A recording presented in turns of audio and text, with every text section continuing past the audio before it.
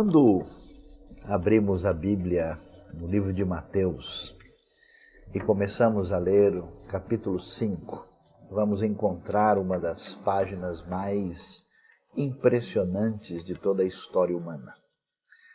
E quando falamos sobre isso, não se trata apenas de uma reflexão de alguém de perspectiva cristã ou de uma pessoa interessada em religião, mas mesmo pessoas que nada tinham a ver com a tradição cristã, sempre que leem o chamado Sermão do Monte, ou como preferem alguns, o Sermão da Montanha, ficam impressionados com as palavras de Jesus. Um dos exemplos mais impressionantes da história recente foi o de Mahatma Gandhi, que ao ler o texto bíblico ficou muito atingido pela figura e pelas palavras de Jesus, nosso Senhor.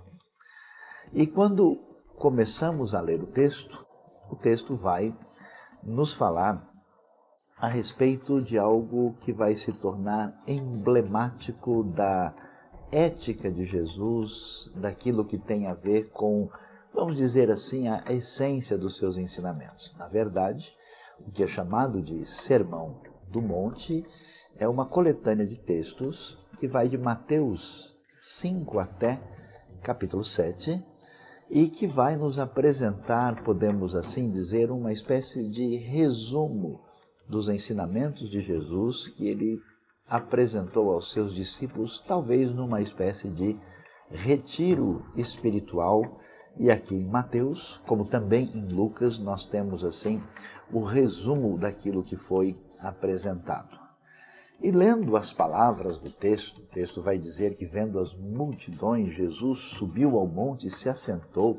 Seus discípulos aproximaram-se dele e ele começou a ensiná-los, dizendo... Quando a gente lê isso, nós talvez não tenhamos muito bem a ideia de qual é o cenário que faz parte dessa realidade. De fato, Jesus fez o seu ministério em torno do chamado Mar da Galileia, que é o lago de Genezaré, o lago de Tiberíades, uma espécie de bacia de água que fica na parte norte de Israel, um lugar bastante bonito. E quando se pensa em montanha, talvez a gente corra o risco de imaginar algo muito elevado, uma espécie de desafio para um alpinista. Mas, na verdade, se trata de um lugar onde há uma encosta, um declive não tão acentuado assim, junto à beira do Mar da Galileia, e que quem conhece a região e o lago pode entender muito bem, forma-se como que um teatro natural, onde é possível alguém, dependendo da direção do vento, ficar ali junto à beira do lago e falar e ser ouvido por muita gente. Há muitas possibilidades de onde poderia ter sido esse lugar. Há um lugar tradicional que muita gente visita para lembrar das palavras tão famosas e conhecidas, as chamadas palavras das bem-aventuranças. E quando a gente começa a pensar sobre o significado destas palavras, que fazem parte, vamos assim dizer, do projeto do reino que Jesus vai apresentar, é tão interessante a gente entender bem este aspecto muito claro que aparece no início do ministério de Jesus. Aliás, você nunca vai entender a Bíblia corretamente se não entender esse pano de fundo, esse cenário adequado para compreender o que está escrito no texto. Você vai se lembrar que João Batista, que é o precursor de Jesus, começa trazendo uma mensagem de arrependimento. E a sua mensagem é: arrependam-se porque chegou o reino de Deus. Portanto, para entender o que aparece nas famosas bem-aventuranças, é necessário entender esse conceito de reino de Deus, que, aliás, em Mateus, curiosamente, o termo aparece como reino dos céus. E por que esta expressão reino dos céus aparece lá?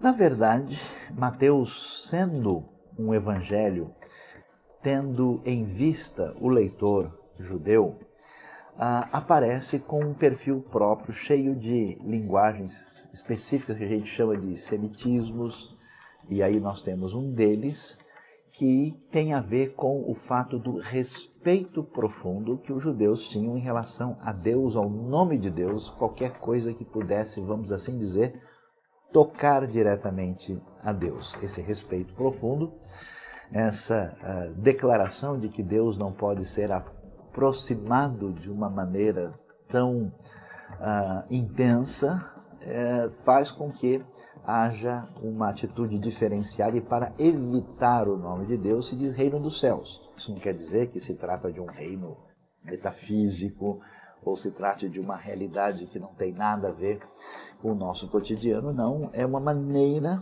hebraica, judaica de dizer reino de Deus. E assim, nessa proposta do reino, Jesus então vai começar a apresentar aquilo que é uma referência para a vida do cristão. Não se trata de uma ética provisória, não se trata de um elemento ideal absolutamente distante da realidade, não. Isso é algo que é pertinente a todos aqueles que se tornam e se tornarão discípulos de Jesus. Mas que história é essa de bem-aventurado e que história é essa de reino? A ideia de reino é uma ideia que vai ficar muito clara quando nós nos lembramos do que é que está acontecendo. Vamos tentar entender um pouquinho aqui da história de Israel. O povo de Israel, libertado por Deus do Egito, na sua grande constituição como nação, a sua formação como povo, eles seguem pelo deserto, vão entrar na terra de Canaã, vão conquistar essa terra, vão habitar lá.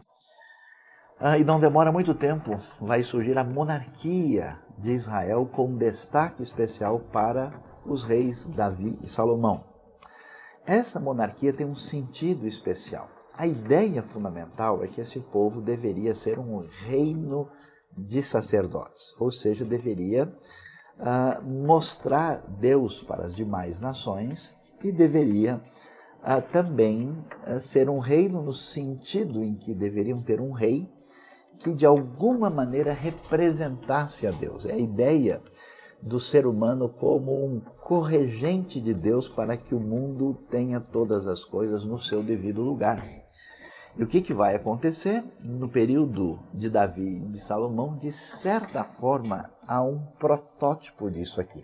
É como se a gente pensasse num grande filme que fosse estrear, e esse reino seria mais ou menos o trailer, seria a introdução, seria a apresentação do que seria esse futuro reino.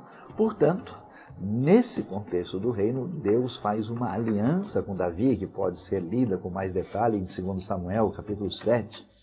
Nessa aliança com Davi, nós vamos ver que Deus faz uma aliança unilateral, que ele determina e declara que esse reino permanece, e ele promete a Davi que não haveria de faltar descendente no trono de Davi.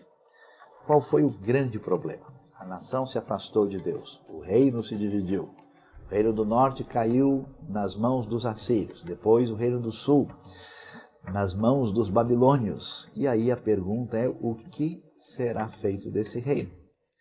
Neste momento da história, os profetas surgem dizendo: olha, não se preocupem, tenham tranquilidade e calma, porque esse reino vai chegar, esse reino vai vir. Nas palavras de Amós, a tenda caída de Davi irá se levantar.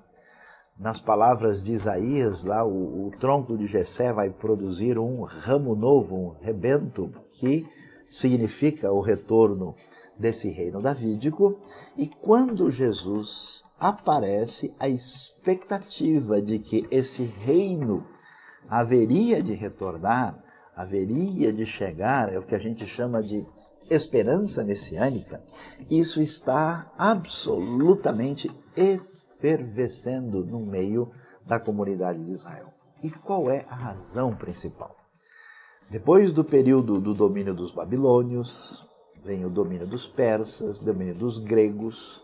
Os judeus conseguem aí uma resistência, uma certa época de relativa independência na época dos macabeus e chamados asmoneus, mas nunca houve de novo o tempo de glória do passado.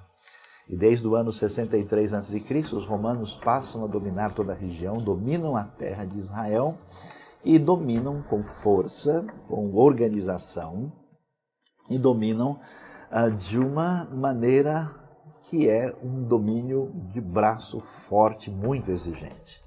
Então a expectativa é, quando chegar o reino, quando chegar o Messias, nós seremos vencedores. Então você pode acompanhar comigo, imagine lá à beira do Mar da Galileia, com aquele cenário extraordinário, a conversa entre os discípulos, eles estão dizendo, olha, parece que o rei está aí.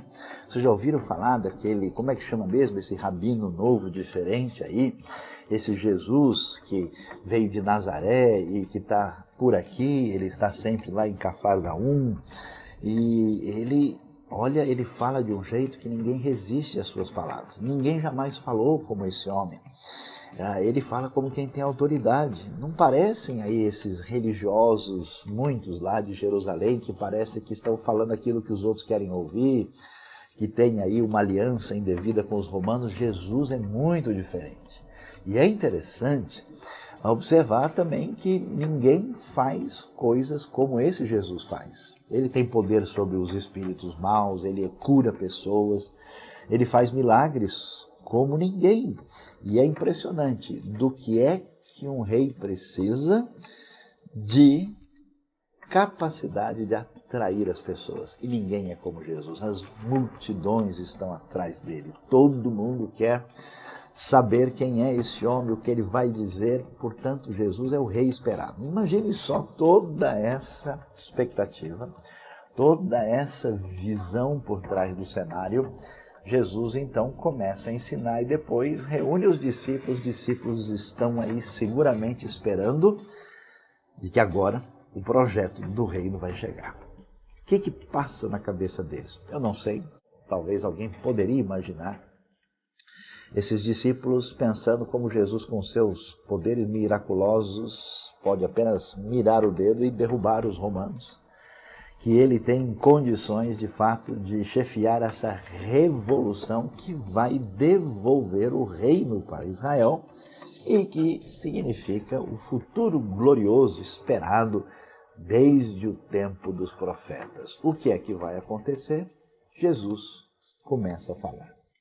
E quando ele começa a falar desse projeto do reino, desse projeto de conquista futura que esse reino vai trazer, ele vai usar essa palavra tão interessante que é a palavra bem-aventurado. Bem-aventurado em português, ou feliz, ou como algumas versões preferem, como é feliz, é uma tradução da palavra grega makarios. Makarios, apesar de ser um termo grego, no fundo está traduzindo uma ideia que vem do hebraico, como nós encontramos lá no começo do Salmo 1, bem-aventurado é aquele que não anda no conselho dos ímpios, dos perversos, Ashrei Haish, Asher lo halach b'atzat hareshaim. O texto vai dizer isso, essa palavra, Ashrei, ela vai envolver dois elementos muito interessantes. Primeiro, é verdade que esse bem-aventurado envolve a ideia de alguém que é feliz, alguém que tem uma felicidade interna devido à sua relação de adequação com Deus, com o próximo e com a vida. Mas o termo não significa apenas a felicidade do ponto de vista psicológico, a felicidade do ponto de vista do encontro pessoal interno adequado que todo coração anseia. O sentido é mais específico, vai além disso, E nós podemos entendê-lo, inclusive, quando lemos o Salmo 1. Você vai se lembrar, né, que o Senhor conhece o caminho do justo, o Senhor aprova o caminho do justo, versículo 6, mas o caminho do ímpio perecerá, ou seja, leva à destruição. Os ímpios são como a palha que o vento dispersa. O justo, tudo o que ele fizer, prosperará. Portanto, por trás dessa palavra bem-aventurado há também a ideia de bem-sucedido. Ou seja, o aspecto interno e externo estão contemplados aqui, e a questão fundamental é quem é que vai ter sucesso total no reino de Deus. Quem é essa pessoa que, como parceiro, como súdito do rei que se apresenta, será vencedor, será realizado, será completo? Quais são as características que vão marcar aqueles que fazem parte da conquista do grande projeto do reino? E aí Jesus começa a falar, e eu fico a imaginar algumas vezes qual deve ter sido o olhar de um discípulo para o outro, ou quem sabe um deles imaginou, será que eu estou na reunião certa? Será que é aqui mesmo? Será que é isso que eu estava esperando ouvir? Porque Jesus começa a falar sobre as bem-aventuranças, as características de quem vai fazer parte desse projeto do reino, neste lindo e extraordinário sermão do monte. Ele diz, bem-aventurados, ou como são felizes, como são bem-sucedidos, aqueles que são literalmente pobres de espírito. Ou, como algumas versões preferem, pobres em espírito. O que quer dizer isso? Provavelmente a ideia mais adequada do termo, da expressão que aparece em grego é os que são espiritualmente pobres. Inicialmente, essa palavra pobre, que aparece lá no Antigo Testamento tantas vezes, ela de fato significa uma pessoa necessitada, uma pessoa que tem carência de recursos para a sua própria sobrevivência. Mas o sentido vai ganhando outra dimensão à medida que nós lemos esse termo na Bíblia hebraica. E, por exemplo, no Salmo 40, você vai ver o rei de Israel dizendo que ele é pobre e necessitado. Como é possível entender isso? Nesse caso, a ideia de pobre é daquela pessoa que depende completamente de Deus, que reconhece que ele é totalmente necessitado diante de Deus para manter a sua vida. Porque, no fundo, não há ninguém rico. Tudo que parece ser nosso acaba se desfazendo à medida que a nossa própria fragilidade de vida se vai. Tudo que nós temos passa a entrar em risco, porque nem nós somos de nós mesmos. Nós apenas usamos aquilo que Deus permite usar na nossa vida durante um certo tempo. E essa ideia de que a minha sobrevivência, a continuação do meu reino, a libertação dos inimigos depende de Deus, traz esse conceito. No caso de Mateus, quando Jesus vai falar sobre os espiritualmente pobres, Jesus, quando fala as palavras que nós encontramos no Sermão do Monte, ele está geralmente fazendo um contraste ou com a vida de alguns grupos religiosos que existiam dentro do contexto do judaísmo da época, mas também ele faz um contraste com a prática dos pagãos que existia nesse mundo marcado pela cultura grega e romana. E ele vai dizer que quem é que faz parte desse grande projeto do reino de Deus? São as pessoas que, quando nós pensamos na sua vida espiritual, eles não têm nada para apresentar diante de Deus. São as pessoas que se sentem vazias, que quando a gente pensar assim num currículo de espiritualidade a ser apresentada, essas pessoas não têm nada a dizer. Eles são pessoas diferentes dos religiosos que se acham cheios de justiça própria, que ficam contando aos outros toda a sua fidelidade, de como eles praticam este ou aquele mandamento. Essas pessoas conscientes da sua fragilidade vão ter o que a gente chama de convicção de pecado e de cabeça baixa, sem poder jamais nem de perto encarar a Deus. Essas pessoas chegam de folha vazia diante de Deus, esperando a sua misericórdia, porque espiritualmente falando não tem nada para apresentar. São pessoas que acharam de fato quem elas são no mundo diante de Deus e reconhecem a sua situação de necessidade.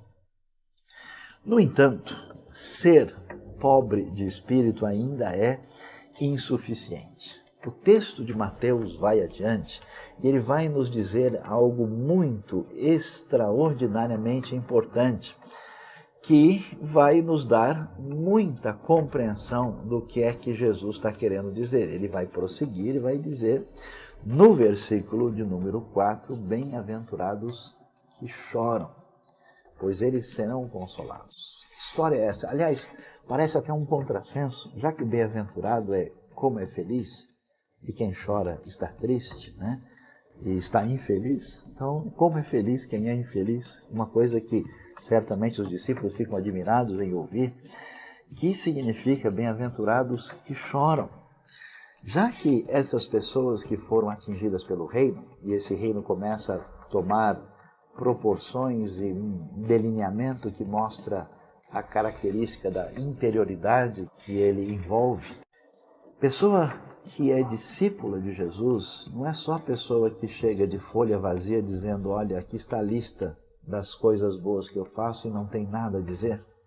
Mas são as pessoas que, reconhecendo a sua fragilidade e o seu pecado, ficam profundamente tristes com o que são e com o que fazem.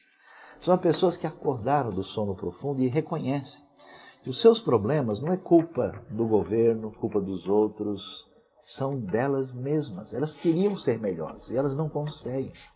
Elas sentem a sua fragilidade, elas sabem quando se omitiram, sabem daquilo que fizeram de errado intencionalmente. E diante dessa realidade, e daquela realidade que atinge a sua vida e a minha vida, que é a intenção para fazer o que é errado, a inclinação para o mal, aquilo que o judaísmo corretamente tem chamado de Yetzer Hara, inclinação para aquilo que é ruim, essas pessoas desesperadamente, num protesto contra si mesmo, contritas, humildemente arrasadas por essa situação, choram diante de Deus, reconhecendo a sua necessidade. Essas pessoas, Jesus diz, elas serão consoladas. Vai chegar um dia, vai chegar um momento em que a suficiência da graça de Deus vai preencher a vida dessas pessoas. Jesus prossegue.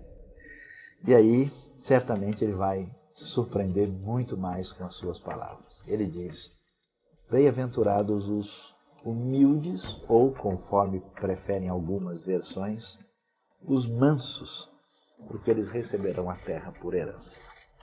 A humildade, a mansidão, essa capacidade de ficar tranquilo e quieto mesmo quando a gente sabe que a gente está certo, essa capacidade de reconhecer o nosso lugar no mundo diante de Deus e da grandiosidade de tudo que está à nossa volta, aquilo que permite ver e maravilhar-se como uma criança diante de tudo que nós vemos da parte de Deus, essa postura que é fundamental, ela é exigência, ela faz parte da realidade do reino.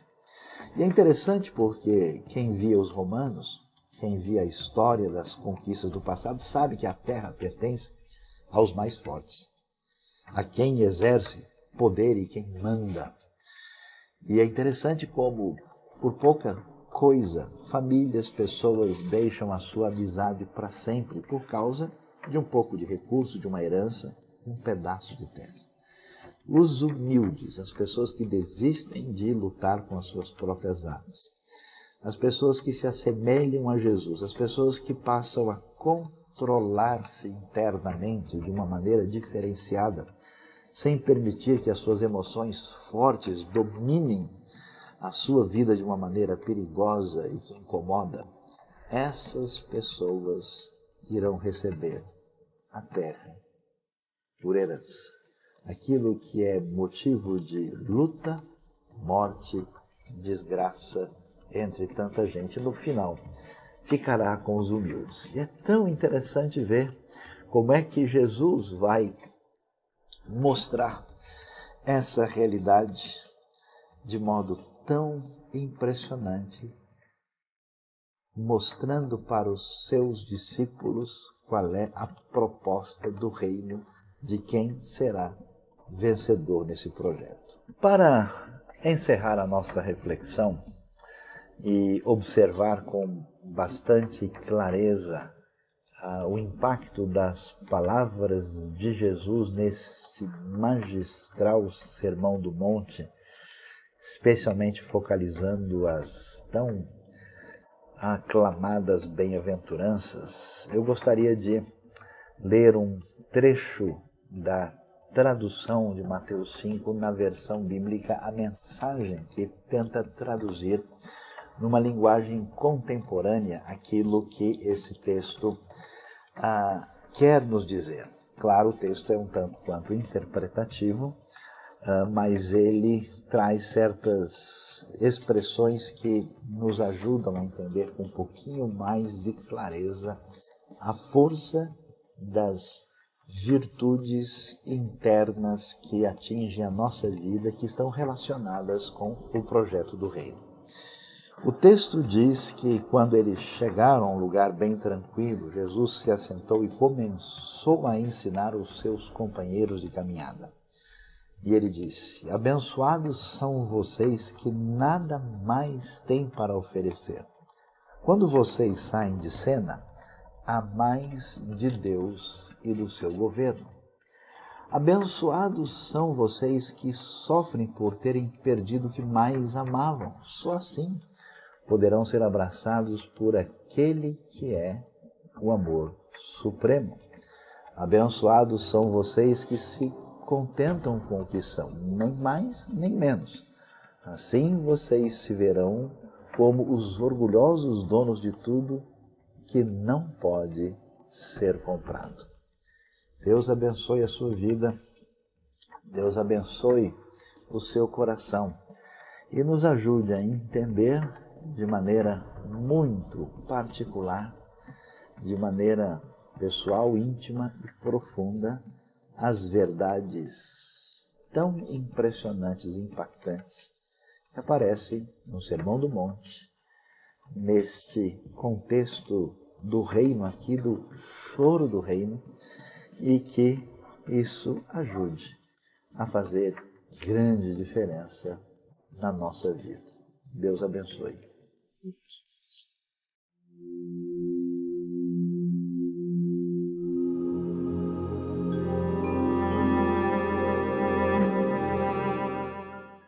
Talvez uma das características mais marcantes do ser humano e que vão estar em contraste com o nosso Sermão do Monte, com as palavras do reino conforme apresentadas por Jesus, talvez a característica mais complicada que existe na nossa vida chama-se impaciência. Geralmente nós queremos qualquer coisa que atenda aos nossos interesses e às nossas necessidades, nós queremos para ontem. E praticamente exigimos o nosso bem-estar a todo custo. Interessante que é muito possível que grande parte da decepção com Jesus que nós vamos ter por parte de várias pessoas, especificamente, por exemplo, com o próprio Judas Iscariotes, está relacionado com o fato de que Jesus apresenta uma agenda diferente das expectativas. Observe bem que Jesus fala que daqueles que são espiritualmente pobres, deles é o reino dos céus. Então, esse reino que Jesus veio anunciar, num certo sentido, ele já chegou. ele já está presente. Esse reino está dentro de vocês ou entre vocês. João Batista já tinha afirmado que o reino tinha chegado. Só que esse reino que chegou, ele não nos trouxe tudo aquilo que a gente imaginava que deveria chegar. E todos estão esperando aqui a grande libertação do poderio romano. Jesus acabou de falar que aqueles que choram, eles serão consolados. Portanto, nós temos uma dimensão do reino que é uma dimensão futura. Num certo sentido, o reino está presente, mas ele ainda irá chegar. A salvação trazida por Deus já nos pertence, é nossa, mas ainda ela é futura. Eu sou salvo, estou sendo salvo e serei salvo. Então essa tensão que aparece, uma tensão dialética entre o reino que chegou e o reino que vai chegar de maneira definitiva, é um dos elementos interessantes, valiosos e importantes para entender aquilo que Jesus quer ensinar quando nós lemos Mateus e os evangelhos de modo geral, além do próprio Sermão do Monte.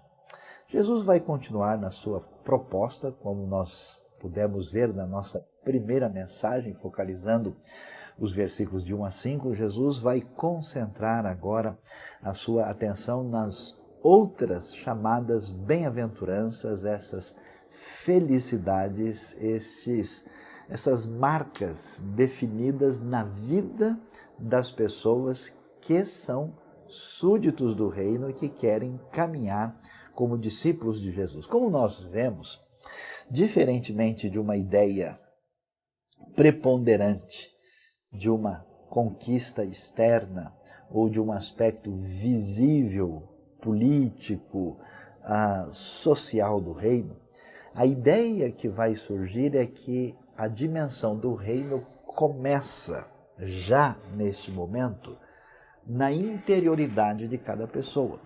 Para que Deus seja o rei que ele deve ser, e ele é de fato, mas ainda não é de maneira concreta na vida de todas as pessoas e na dimensão desse universo onde a marca da rebeldia contra Deus se encontra.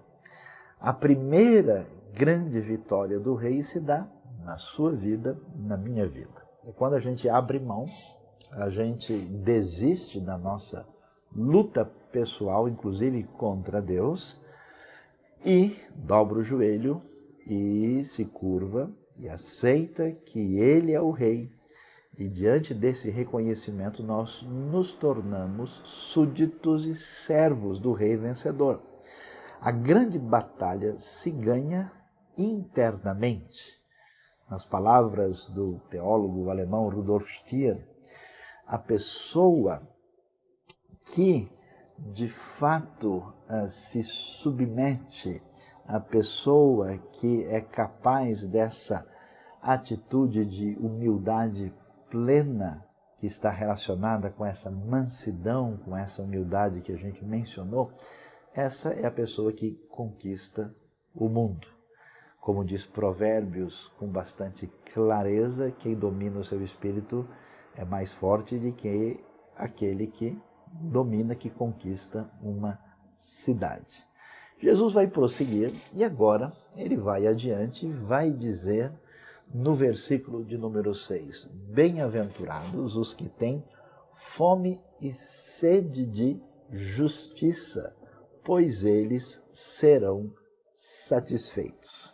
Como entender essa frase e que felicidade, que grande realização existe nessa expressão?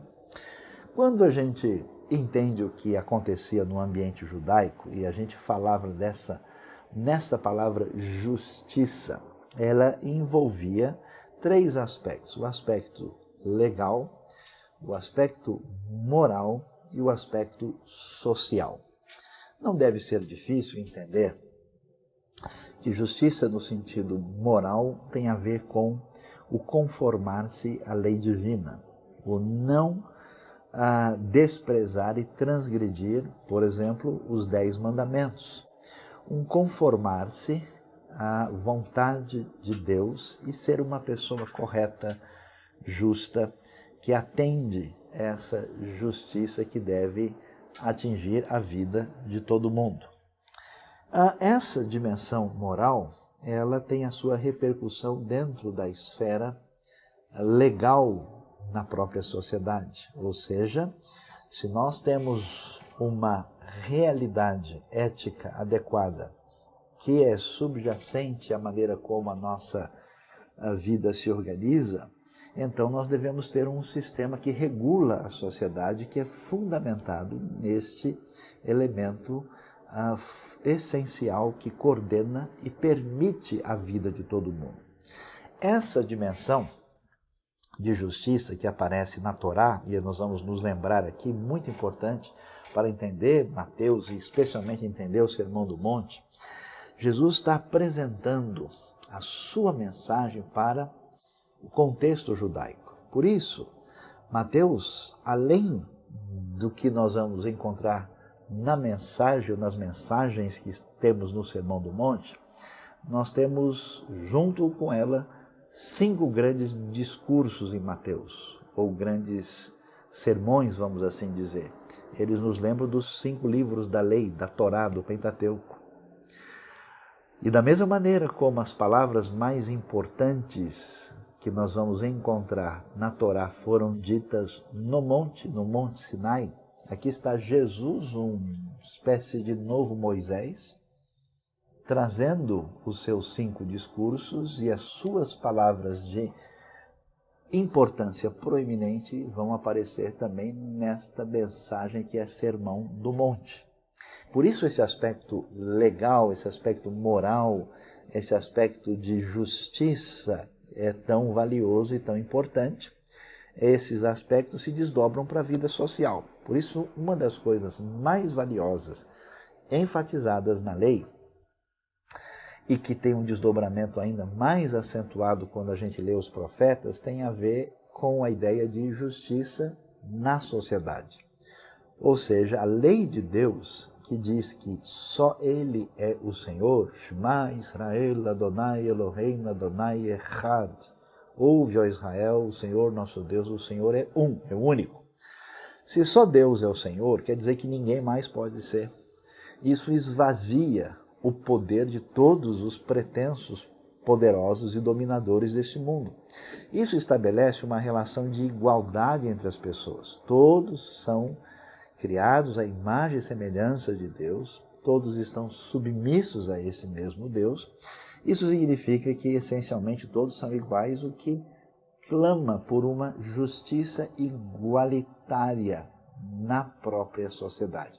Por isso, diferentemente do que aconteceu no mundo antigo, os textos bíblicos, os textos do Israel antigo, são os únicos que vão se preocupar com viúvas, com órfãos, com pobres, com necessitados, exatamente com este enfoque diferenciado de uma justiça de Deus contra a opressão, a maldade, como era realidade nas grandes potências do mundo antigo, como nós vemos no Egito, na Babilônia e também no mundo romano da época de Jesus, onde 60% da população era escrava.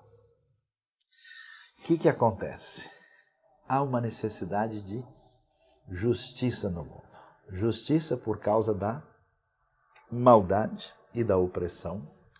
Justiça para que a maneira como se organiza a nossa sociedade seja pertinente aos mandamentos de Deus. A Torá tem 613 mandamentos.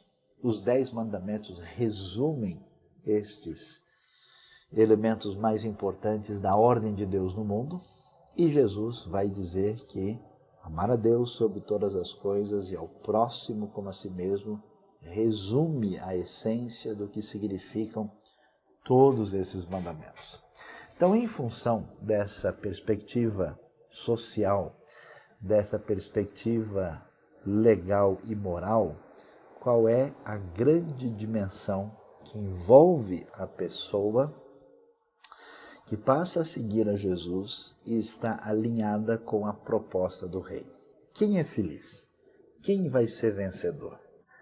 Quem é que vai conquistar de fato o que deve ser conquistado? São as pessoas que, em vez de terem sede de poder, em vez de sonharem que um dia serão famosos, em vez de correrem atrás das coisas que os gentios correm, essas pessoas não aceitam ver crianças pedindo debaixo do viaduto.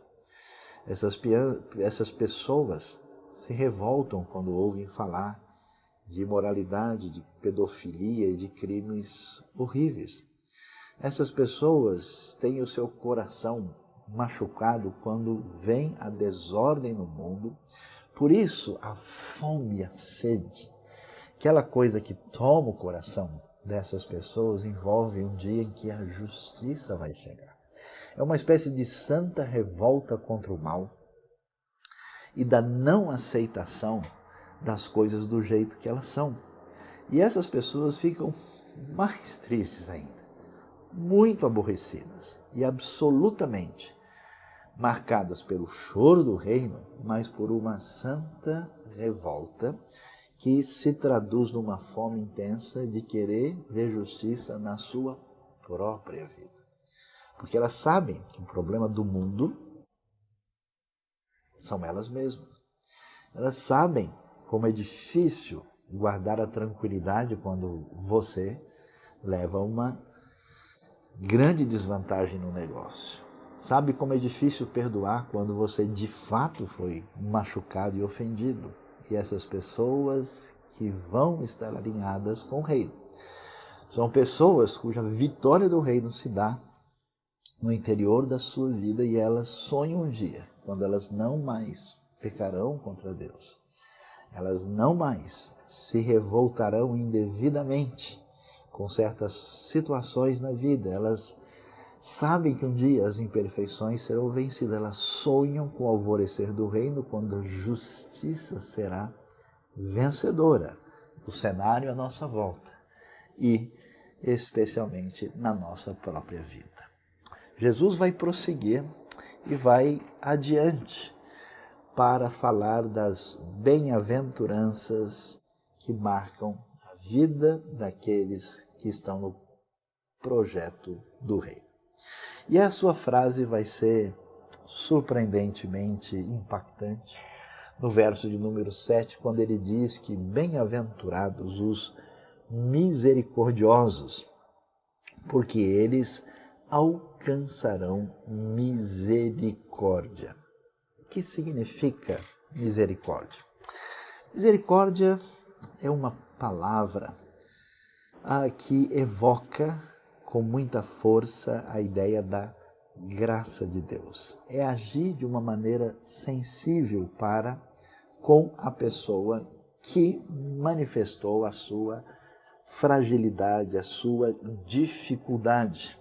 É interessante que nosso mundo, a sociedade que funciona alinhada com o mundo de Roma, é o mundo dos vencedores. Qualquer pessoa que de alguma maneira tropeçou no caminho será atropelada e não terá qualquer chance. Os antigos bárbaros germânicos, quando tinham os seus filhos e descobriam que eles poderiam ter qualquer problema, alguns matavam e outros abandonavam na estrada, porque essas pessoas não merecem qualquer expectativa futura para a vida que se dará mais adiante.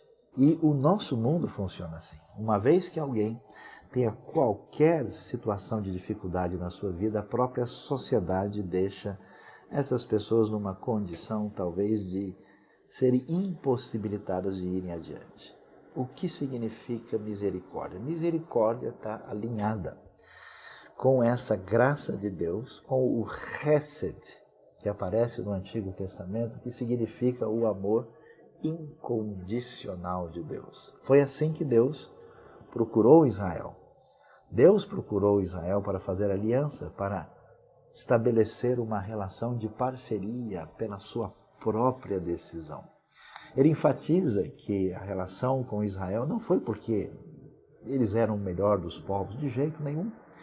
Esse mesmo Deus que se manifesta em Cristo Jesus com a sua graça, Ele nos procura, e esse amor de Cristo que nos constrange é a marca daquilo que significa a maneira como Deus atinge a nossa vida.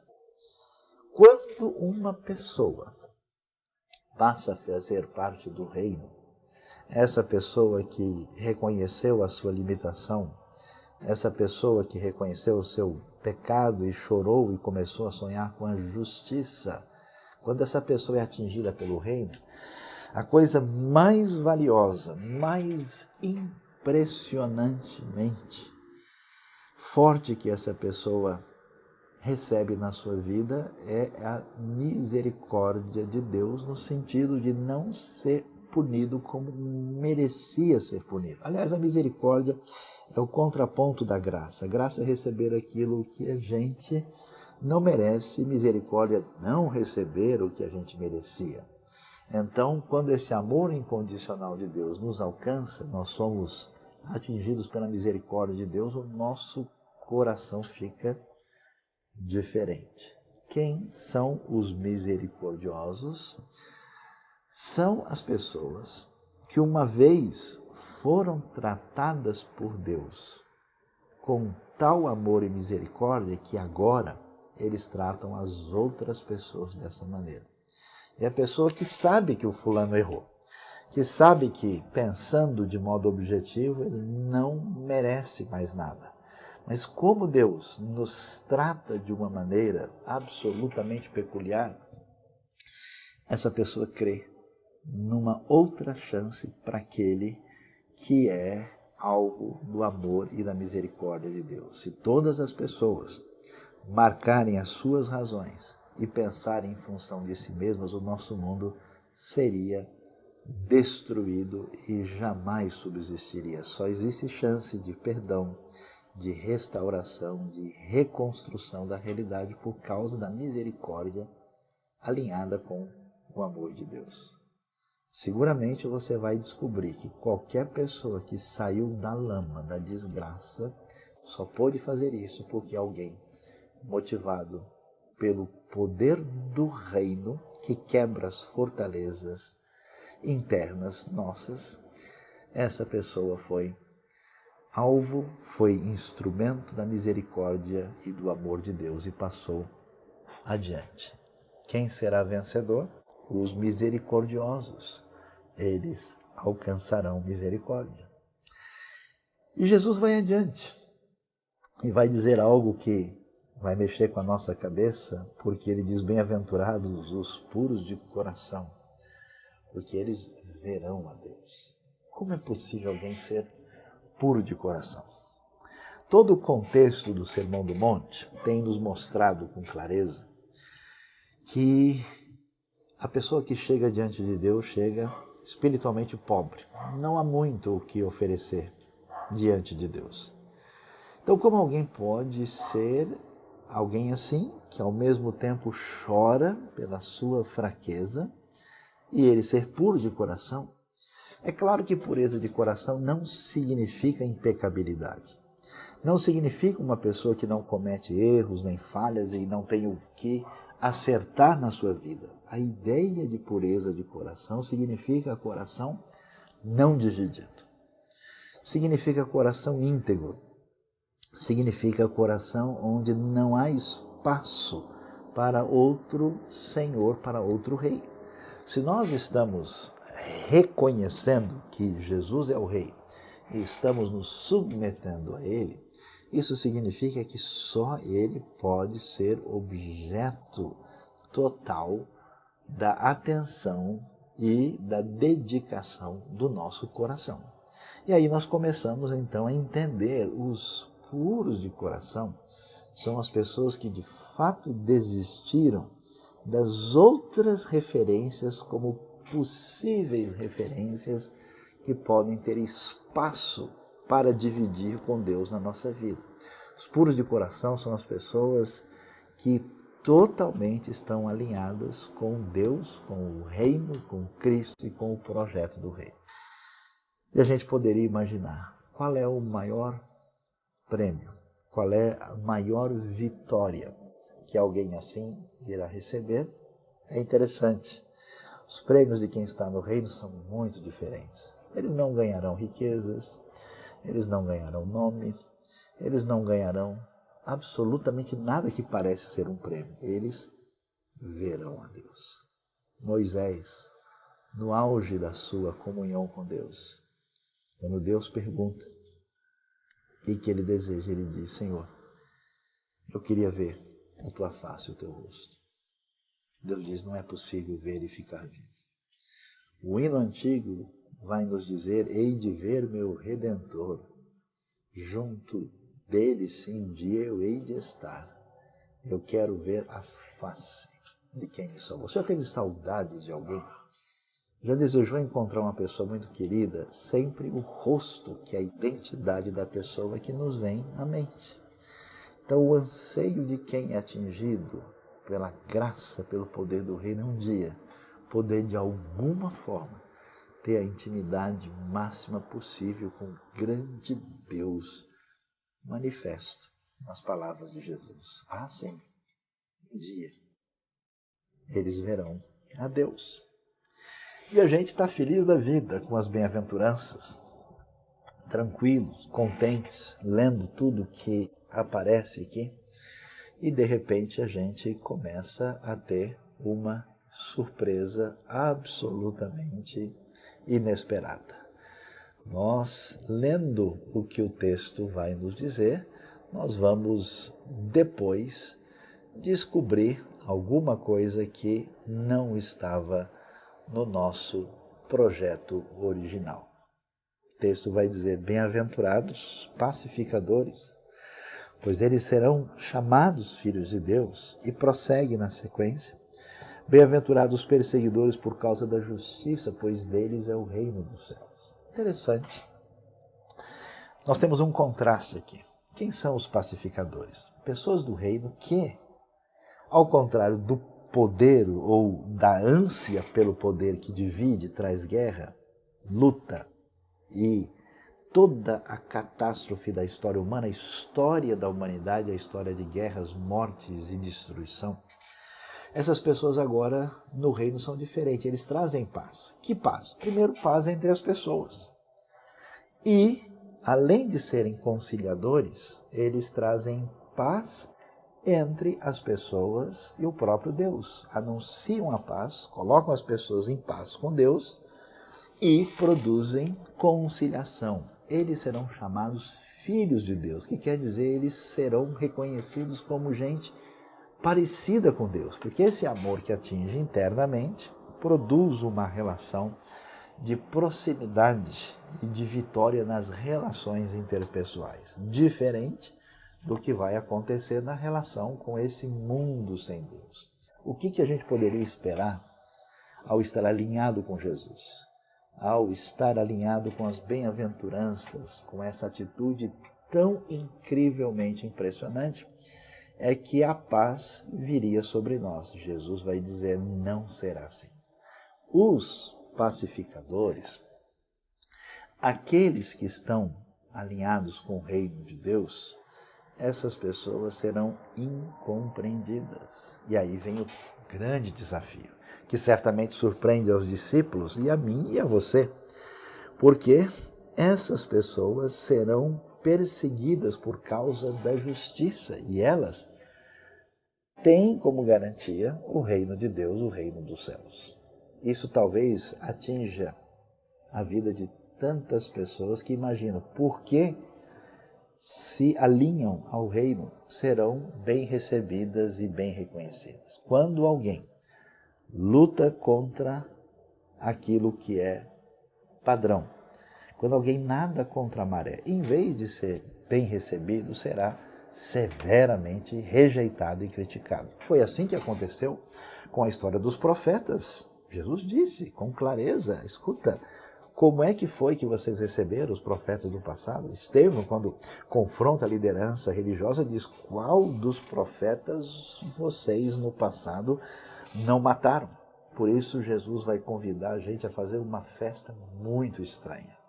Ele vai dizer: bem-aventurados serão vocês, quando por minha causa os insultarem e os perseguirem, e levantarem todo tipo de calúnia contra vocês. Alegrem-se e regozijem-se, porque grande é a sua recompensa nos céus, pois da mesma forma perseguiram os profetas que viveram antes de vocês. Então, na hora do sofrimento do reino, é hora de comprar um brigadeiro, um bolo, fazer uma grande festa, comemorar a santa perseguição que pessoas alinhadas com o reino haverão de sofrer.